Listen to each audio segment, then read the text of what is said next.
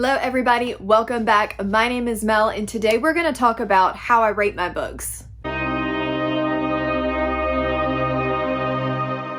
So we've been having a lot of discussions on multiple different platforms lately about book ratings and what do certain star ratings mean to different people. So I thought it would be interesting for me to just do a quick video to share with you guys how I rate my books and what I consider different star ratings to mean when I'm reviewing books.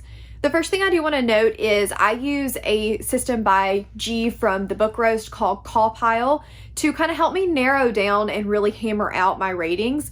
A lot of times I will kind of go with what my gut says, but this really helps me niche things down, especially if I'm struggling with whether or not something is a 3-star or a 4-star, etc. So if you guys want to, I will link her channel and video down below so you can take a peek at what that means.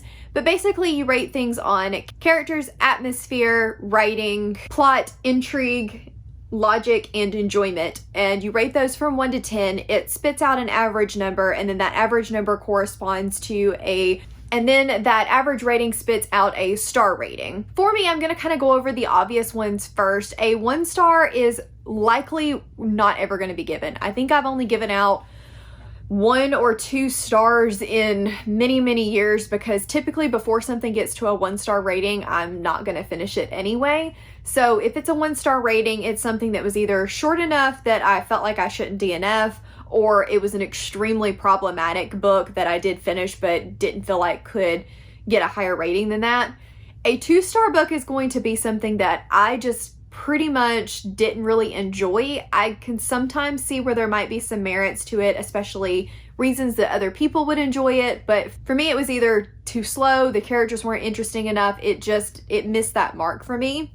I'm gonna skip over 3-star because I feel like that one's gonna take a minute and start at the top and say 5-star for me is tip top, absolute favorite. I loved it. I'm not going to give out a whole lot of 5 stars because I do want that to be hard to achieve. However, I will note that every once in a while something will get a 5-star from me because the enjoyment leaned so heavily high, and that doesn't always mean that I consider it a perfect book. It was just the perfect time, the perfect mood, the perfect setting for me when I read it. Occasionally you will see those ratings fluctuate over time when I'm able to go back and think about it without that initial oh my gosh feeling. But for the most part, 5 stars are just wonderfully executed. I loved them, top of the TBR, like great reads. Then a 4-star for me is going to be something that I considered really good. It wasn't quite 5-star feels, but I still loved every second of my time there.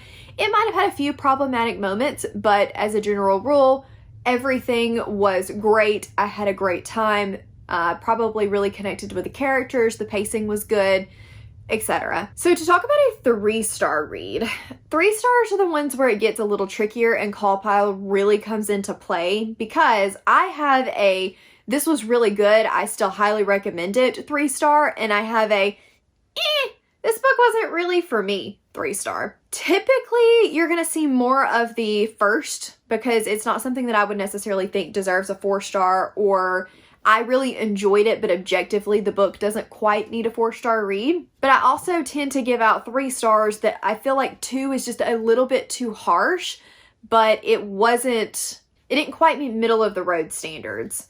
So I think on CawPile, so I can't remember on CawPile exactly which numbers correlate, but I believe it ranges anywhere from like a 4 to a 7, something around in there.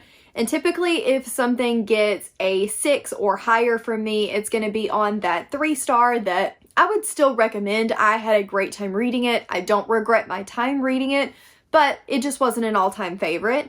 And then anything under a 6 is going to lean more toward, this book just wasn't for me. Other people will probably enjoy it, but it's not something that I personally would recommend, or maybe I would recommend it for somebody whose reading taste is very different from mine. So 3 stars are hard. 3 stars are really hard to fully describe, especially for me because I do consider them such a broad number, but I try to, in my reviews, make it very clear which side of the road that I land on. And hopefully you found this video helpful when thinking about when viewing my wrap-ups and thinking about how I rate books. Let me know in the comments how you rate books. What especially is your 3-star read? Is it something, if you hear 3-star, you're like, I just am not interested anymore? Or do you hear 3-star and go, okay, that was probably a pretty good book?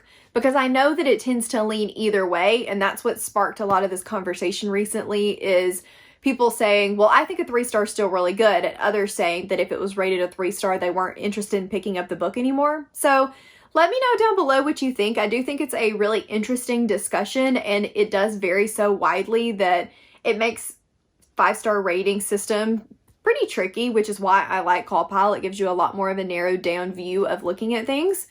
So I hope you guys enjoyed this video. If you did, please give me a thumbs up, and don't forget to hit the subscribe button, and I will see you guys in the next one. Bye!